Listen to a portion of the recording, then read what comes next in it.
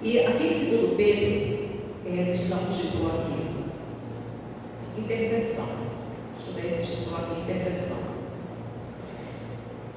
As coisas espirituais, elas não são de fácil compreensão, ela só é compreendida por aquele que Deus quer que compreenda. E não basta, a pessoa tem que querer buscar a compreensão. O apóstolo Pedro, ele fala assim, versículo 4 e 5: chegando-vos para ele a pedra que vive, rejeitada, sim, pelos homens, mas para com Deus eleita e preciosa. Também vós, mesmo como pedras que vivem, sois edificados, casa espiritual, para seres sacerdócio santo, a fim de oferecer sacrifícios espirituais agradáveis a Deus por intermédio de Jesus Cristo. Vamos meditar rapidinho isso daqui, principalmente no versículo 5. Tá, primeiro, versículo 4 fala para a gente se achegar a Ele, a pedra que vive, Jesus Cristo. E fala que nós fomos edificados como sacerdotes. Sacerdote, todos vocês já sabem, aquele que oferecia sacrifícios no templo, oferecia sacrifícios a Deus. E hoje nós somos esses sacerdotes que não oferecem mais sacrifícios de sangue, sacrifícios de animais, mas sacrifícios espirituais, agradáveis a Deus, como diz aqui, por meio de Jesus Cristo, porque nenhum sacrifício é aceito se não for por meio de Jesus, porque nós somos impuros. Porque nós somos impuros.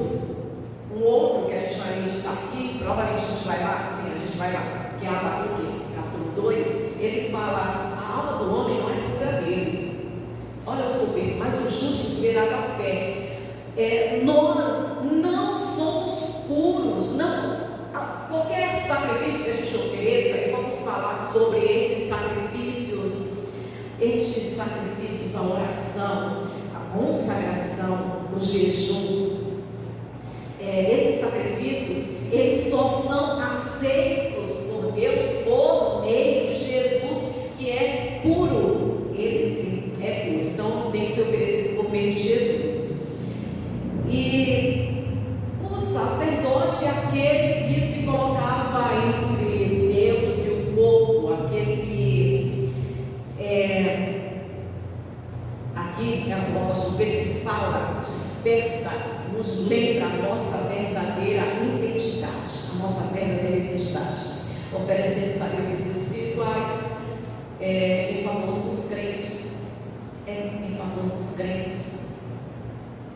vamos colocar assim, para a gente poder entender. Hoje, eu, como sacerdote, eu intercedo a Deus por vocês. Os obreiros, como sacerdote, intercedem a Deus pelo povo. Você, como sacerdote, você intercede a Deus pela tua família, pelos teus filhos, pela igreja, pela minha vida.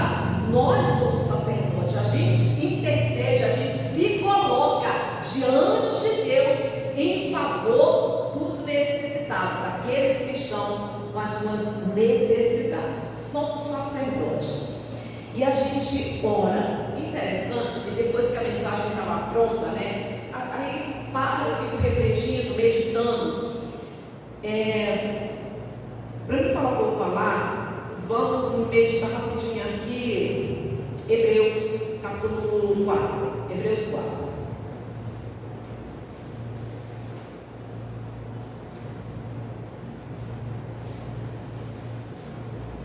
Capítulo 4. Diz assim,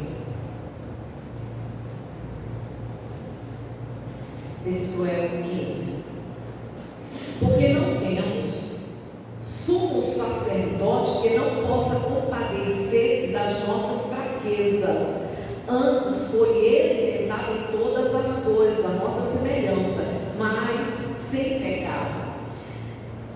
Que fica bem claro, né? O escritor diz que nós não temos um sacerdote que não possa se compadecer das nossas fraquezas. Assim também nós, como sacerdotes, precisamos nos compadecer da fraqueza das outras pessoas.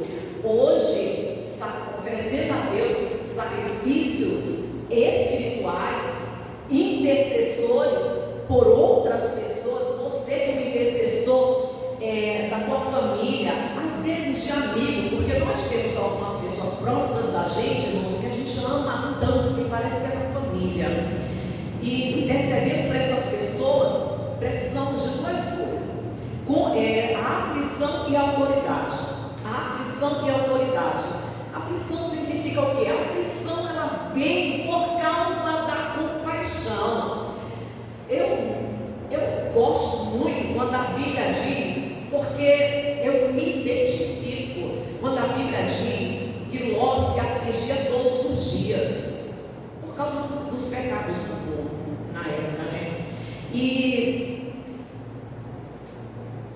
assim, trazendo aqui para você, não sei se todos, mas pelo menos acho que a maioria está vivendo o que eu estou vivendo esses dias. Eu acho que a maioria.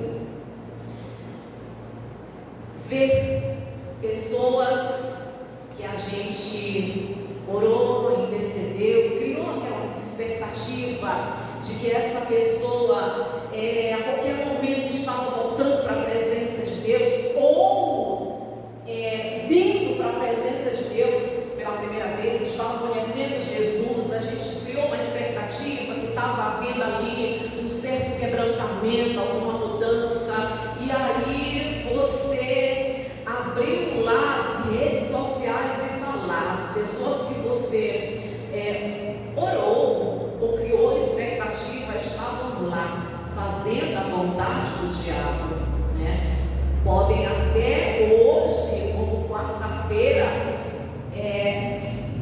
pensar que vão fazer a vontade de Deus, colocar cinza na cabeça. Já fiz a vontade do diabo, agora vou fazer a vontade de Deus, afinal a gente tem que agradar a todos.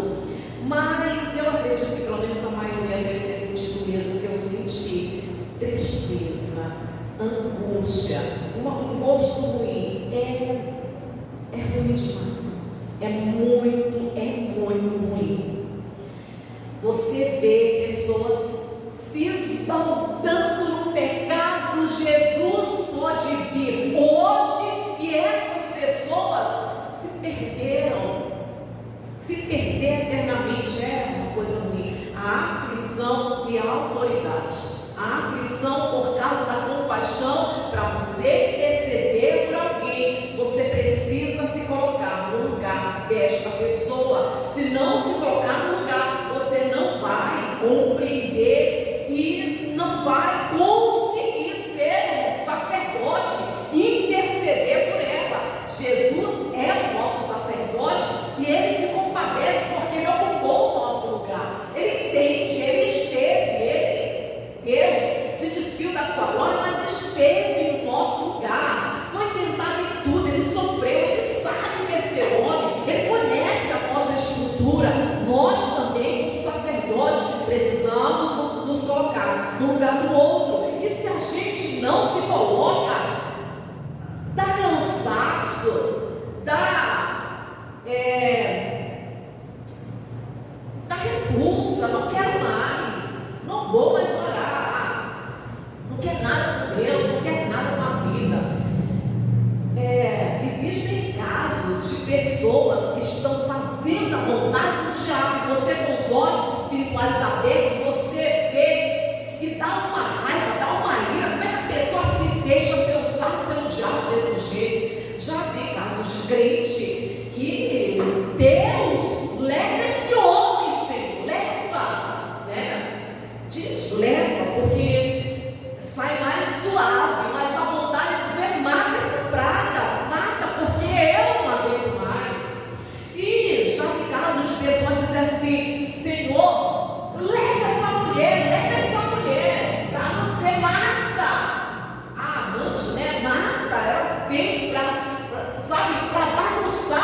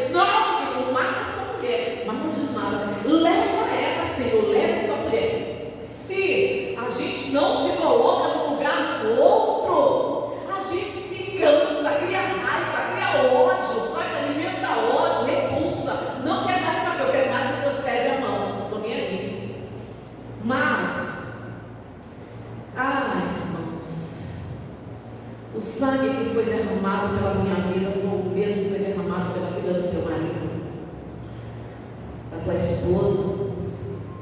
Essa pessoa que causa angústia e aflição é o mesmo.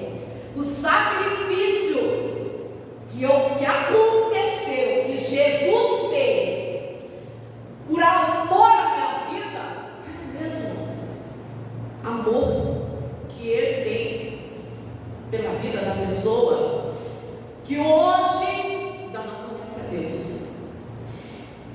E se a gente tiver essa compreensão, tem um lado bonito do estranho, né? É que quando a gente consegue ter essa compreensão, não, eu não sou mais amada do que ele, não. Ela não é odiada e eu amada. E quando a gente tem essa compreensão, aí a gente começa a orar por essa pessoa. E ainda que essa pessoa ela se posicione como o nosso adversário, como o nosso inimigo, né, para nos prejudicar, para nos fazer mal, ainda que essa pessoa seja uma peninha na nossa vida, solte palavras que venham ferir, que venham machucar, mas ainda assim, quando a gente compreende, a gente começa a orar por essa pessoa, começa a orar, e o resultado é maravilhoso. Irmãos, está aqui um exemplo, já que eu estou falando sobre casamento. Já teve muitos, quando o casamento, por alguma razão, várias razões, mas está martelando aqui na minha cabeça, fazer uma hora só para falar de uma coisa. Vou perguntar para você rapidinho, tá? Vou perguntar, não me responde, só para você meditar, que é o que está aqui comigo, martelando, não tem nada a ver com isso aqui hoje. Até com que idade o recém-nascido deve dormir na cama com a mãe ou com os pais? Dormir na cama com os pais, até que idade? Tá? Só isso que eu te perguntar. E aí, por algumas razões, às vezes por essa razão, sabe, por se dedicar tanto a filhos e ignorar o marido, a paixão, o sexo, a afinidade, a brincadeira, a descontração, às vezes por isso começa a dar crise no casamento, aquelas crises, de repente acontece uma separação.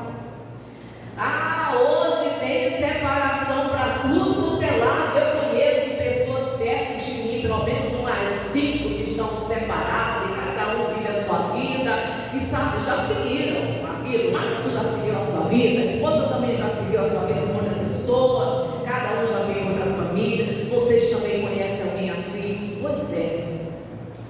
Mas se um dos dois resolve ser sacerdote e interceder, a oração ela traz vitória. Sempre foi assim. As pessoas que não, hoje, as pessoas estão se deixando levar, se amoldando às filosofias desse mundo, aos pensamentos desse mundo. Todo mundo pode ser feliz, e ninguém aceita mais sofrimento, não. Ninguém aceita mais sofrimento. Está sofrendo, hoje lá fora assim, está sofrendo no casamento. Não, Deus não quer ninguém sofrendo. Deus não quer o sofrimento de ninguém. Deus não me fez para me sofrer. Eu tenho certeza que essa não é a vontade de Deus. Deus não quer que ninguém sofra. Ninguém sofre mais. Ninguém sofre mais.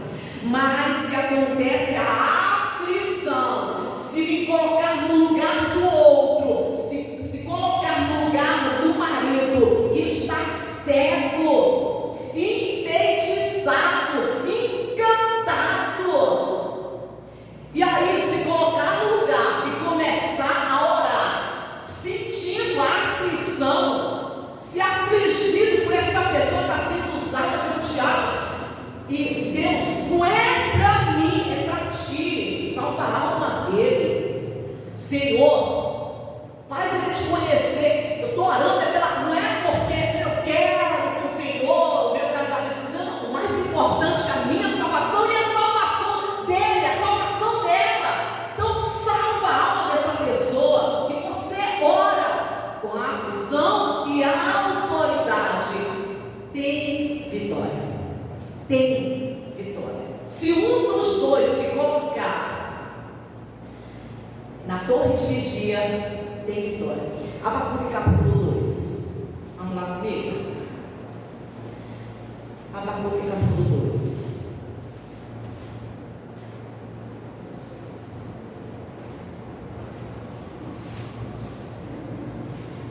Vamos meditar aqui rapidinho. É coisa. Se eu pegar alguma coisa daqui, porque a gente já teve uma mensagem bem detalhada sobre o Abacuque capítulo 2. Eu acho que não tem coisa.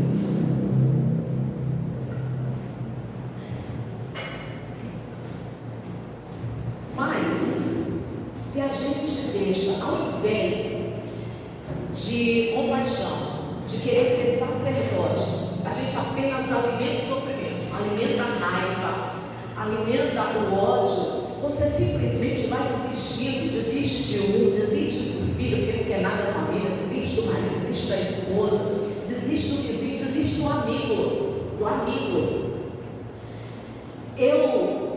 Meu Deus do céu, gente, que não é nada para mim, me causou muita tristeza esses dias, meu Deus, porque eu dizia, vai servir a Deus, esse daí tem chamado, vai servir a Deus, que eu penso que não.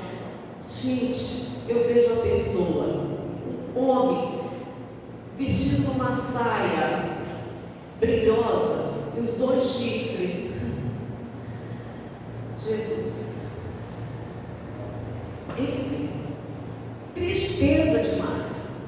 E se você alimenta a raiva, alimenta o ódio, você jamais vai se tornar um sacerdote para interceder, se colocar em favor da necessidade da pessoa, buscar a Deus em favor dessa pessoa. Não vai ter resultado, não vai ter transformação. Essa época aqui era uma época em que havia uma degradação moral, pegado para tudo quanto era lado, mas eu costumo acreditar que nessa época era pior do que hoje. Sinceramente, eu acredito que não. Só que a época de Abacuque, a nação de Israel estava vivendo uma degradação moral. Pecado se alastrou e causou uma aflição em Abacuque. O profeta ficou aflito, ele se afligia com a situação daquele povo ali. E aí ele ficava perguntando para Deus, sabe? Ele ficava na mesma posição de muitas pessoas hoje. Mas meu Deus, mas por que isso? Mas meu Deus, a pessoa não muda. Meu Deus, o que eu fiz para estar passando por isso? Meu Deus, por que essa situação está desse jeito? Meu Deus, e Abacuque estava desse jeito, né? Como muitas pessoas hoje, só na pergunta, só indagando. Por quê? Por quê? Por que isso? Por que está desse jeito? Por que chegou a esse ponto? Por quê? E aí, o profeta deixa de ficar perguntando. Luna, te amo. Ele deixa de perguntar. E aí ele não pergunta mais nada e resolve ir diante de Deus como intercessor. Aí ele vai, ao invés de ficar por quê, aí ele vai conversar com Deus. Vou pegar aqui, capítulo 2, versículo 1.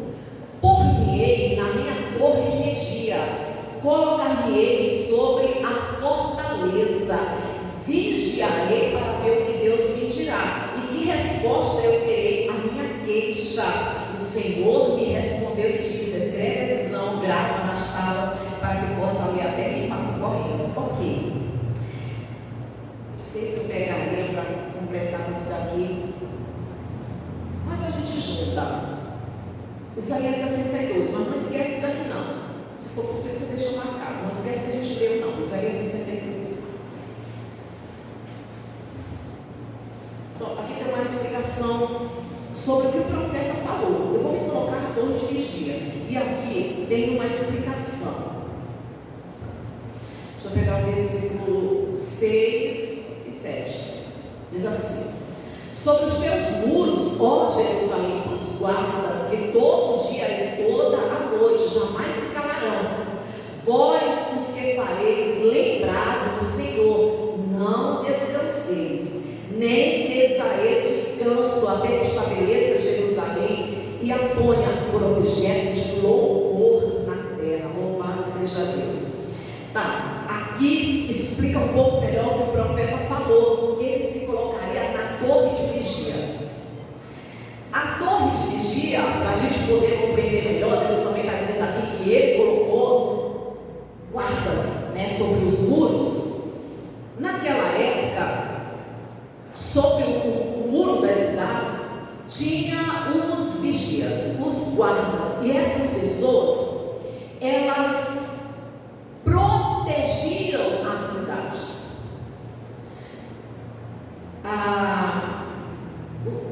Os riscos que a cidade corria era reduzido em 99% por causa dos vigias. Porque ali, naquela posição de privilégio, de observar, digamos, à noite, aonde as pessoas, os inimigos poderiam tentar pular o muro, tinha vigia, sem cochilar. Sem cochilar, porque se cochilasse, a cidade poderia ser invadida, poderia ser atacada, e a pessoa que cochilou e dormiu ainda ia sofrer uma punição. Então não podia cochilar, ficava ali atento. Mas é interessante que Abacuque ele fala que ele ia se colocar na torre de vigia, e ia observar. Quem está na torre de vigia não está na mesma posição dos demais, não está no mesmo tamanho, sabe? A mesma posição, está diferente, ele está numa posição mais elevada. Deus me escolheu, Deus te chamou, Deus escolheu você para nós estarmos numa posição mais elevada, numa posição espiritual, destacado dos demais, separado dos demais, consagrados, separados dos demais, e separados, como diz o profeta, eu vou me colocar na torre. Ali naquela torre é lugar de vigilância, de observância. O profeta, ele ia olhar o movimento, as atitudes, o comportamento, ele ia observar tudo que estava acontecendo. Porque ele parou de ficar só se lamentando porque estava aflito. Aflição. Se afligia com o pecado de todo mundo, e ele dizia: meu Deus, mas por que meu Deus? Então ele resolve se colocar na torre de vou ver qual a resposta de Deus, em uma posição mais elevada, destacada. Ele diz assim: eu vou ouvir o que Deus tem para falar. E ali, naquela posição, na torre de vigia, ele estava numa posição que nós precisamos estar mais elevado, separado, diferenciado, separado, numa posição elevada espiritualmente, observar tudo que está acontecendo, mas também ficar atento com a resposta de Deus, porque Deus, ele responde, Deus mostra. Eu sempre, ultimamente, eu tenho falado muito isso para vocês.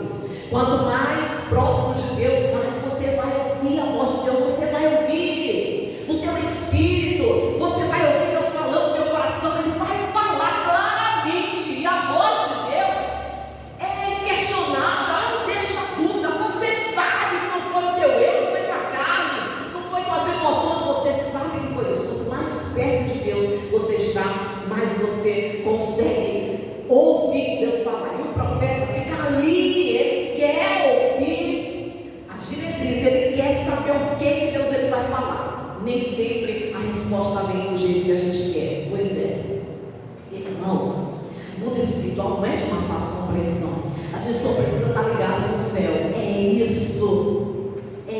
O profeta ficou numa posição mais elevada. Observância, vigilância e ligado com o céu. A resposta veio de uma forma assustadora. Porque quando veio a resposta, Ele não gostou. Lógico, né, irmãos? Quem vai gostar? E aí ele diz assim: mas meu Deus do céu, você vê a destruição, o pecado, a soberba, o orgulho, a prostituição, a adultério. E aí você quer que tudo aquilo ali venha mudar e as pessoas venham temer a Deus. Eu quero. Meu Deus, como eu quero, como eu queria, sabe, que houvesse uma mudança, sabe, a pessoa caísse aos pés de Jesus e dissesse assim: não, a partir de hoje vou mudar e eu vou reconhecer Jesus Cristo como meu Senhor e Salvador. Maravilha, coisa linda. E às vezes não acontece assim. E quando vem a resposta de Deus, o profeta diz assim: mas meu Deus do céu, como pode, como que o Senhor vai usar uma nação perversa, impiedosa, para castigar meu povo? Irmãos, Deus ele faz do jeito dele. A gente só precisa se alinhar, ter compreensão, ter a visão do céu, para a gente poder se alinhar com a visão de Deus, para trabalhar juntamente com Deus, estar trabalhando, alinhado, pelo mesmo propósito. Diga graças a Deus. Está alinhado e trabalhando junto com Deus, no mesmo propósito. E agora ele fica sabendo que Jerusalém está prestes a ser atacada pelos babilônios. Deus respondeu, porque Deus responde. O profeta queria ouvir Deus, pois ele ouviu. Deus respondeu, não a resposta que ele queria, mas ele ouviu a resposta de Deus, porque o nosso Deus ele responde. Ele não é de pau nem de pedra, não é de ouro nem de metal, ele responde. Se ele queria ouvir a resposta não veio do jeito que ele queria. E às vezes a resposta vem não do jeito que a gente quer. Às vezes você pode ouvir uma resposta, de repente, sabe como? Deixa comigo. Agora você sai de cena, entra ele.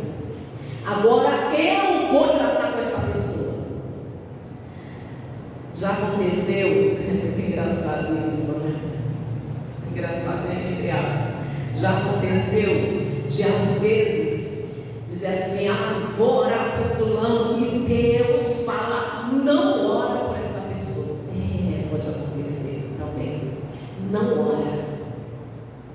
Não, por essa daí não mexe. Sou eu estou tratando. Não mexe com ela não. O que está acontecendo, esse sofrimento, essa dor, tudo que ela está passando, eu estou tratando com ela. Não mexe, não interfere no meu tratamento. Para a gente poder entender a resposta de Deus, a gente precisa mesmo se separar, sabe? Se separar, estar numa posição mais elevada, se separar de todo mundo e se consagrar. Mas nós somos um vigia, nós somos esse atalaia que se coloca entre Deus e a necessidade das pessoas, né? Eu me coloco diante de Deus, a necessidade dos crentes. Mas por que eu devo orar?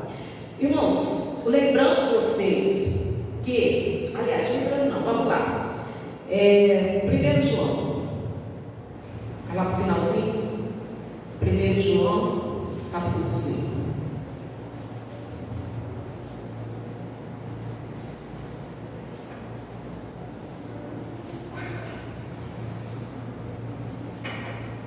Capítulo 5.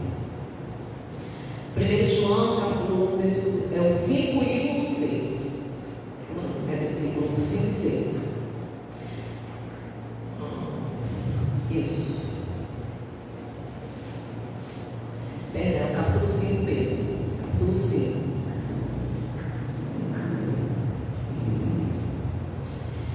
Deixa eu pegar aqui o versículo 14.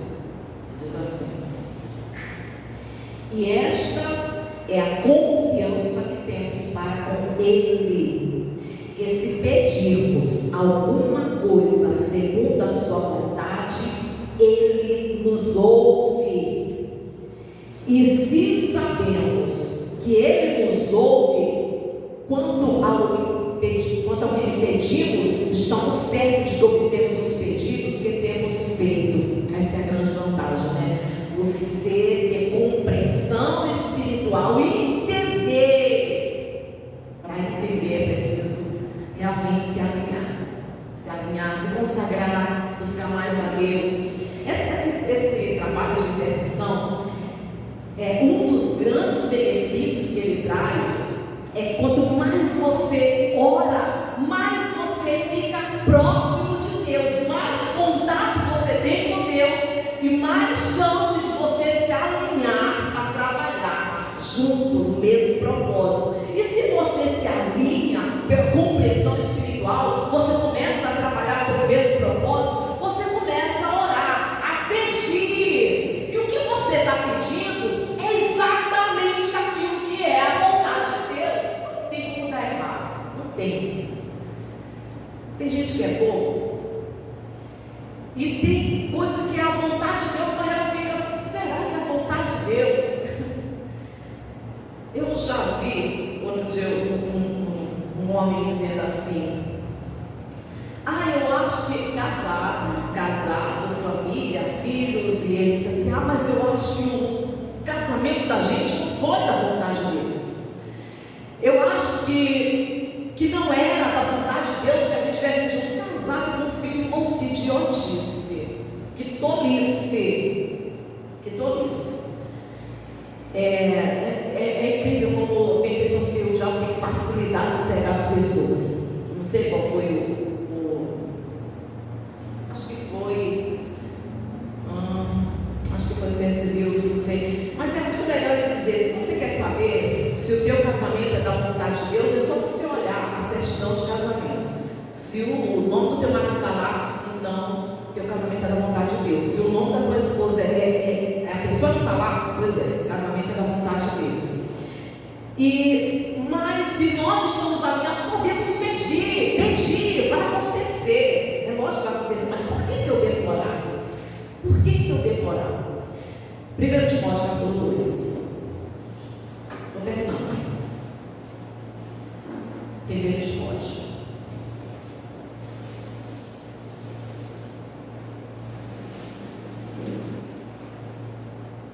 O capítulo é o 2. Tá, bora ver aqui por que nós devemos orar. Versículo 1, aí a gente vai até o 8.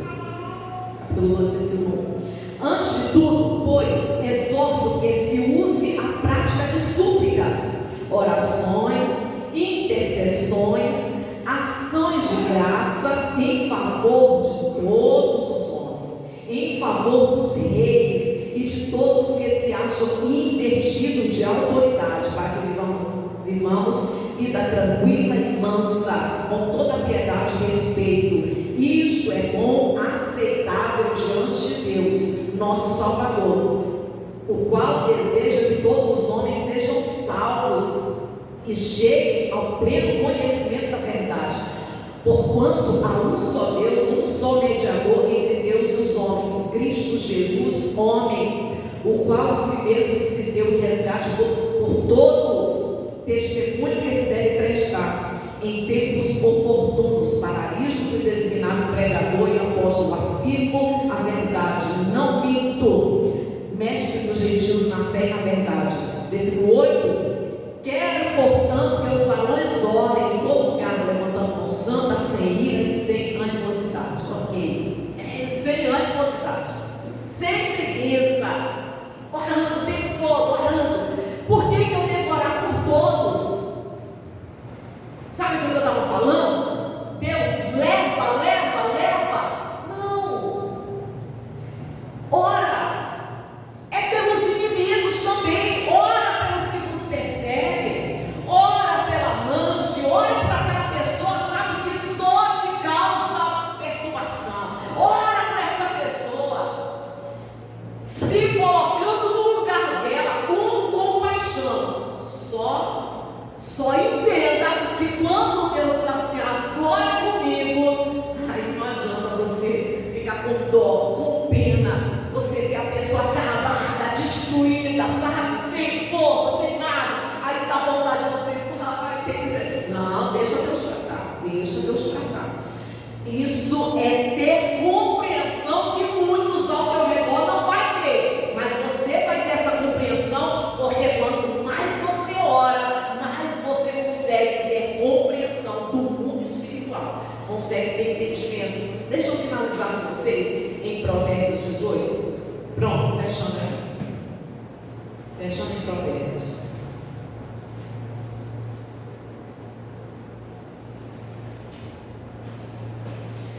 O 18.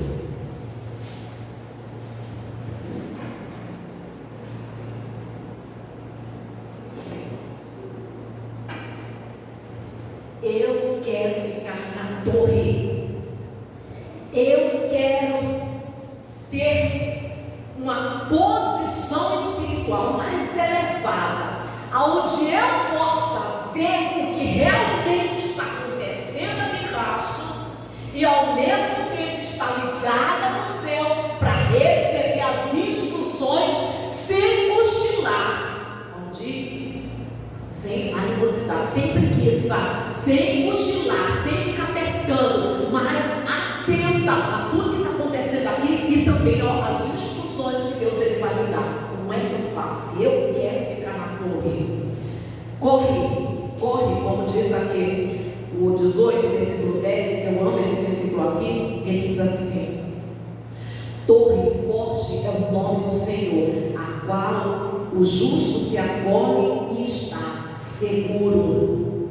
Naquela época, subiam no muro, subiam na torre e eles ficavam ali. Nós hoje somos sacerdotes, somos atalaias.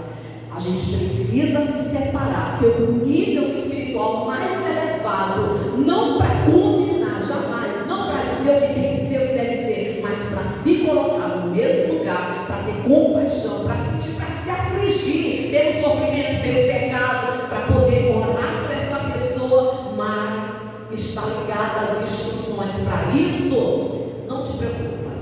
Se você se colocar diante de uma pessoa que está sendo muito usada pelo diabo, você não vai ser tocado, você não vai ser destruído, você não vai ser afetado, porque a tua torre é o nome do Senhor. Resultado: quem ora sempre obtém vitória. Amém, Jesus? Se Deus está te chamando para orar, não importa o que aconteceu, você olha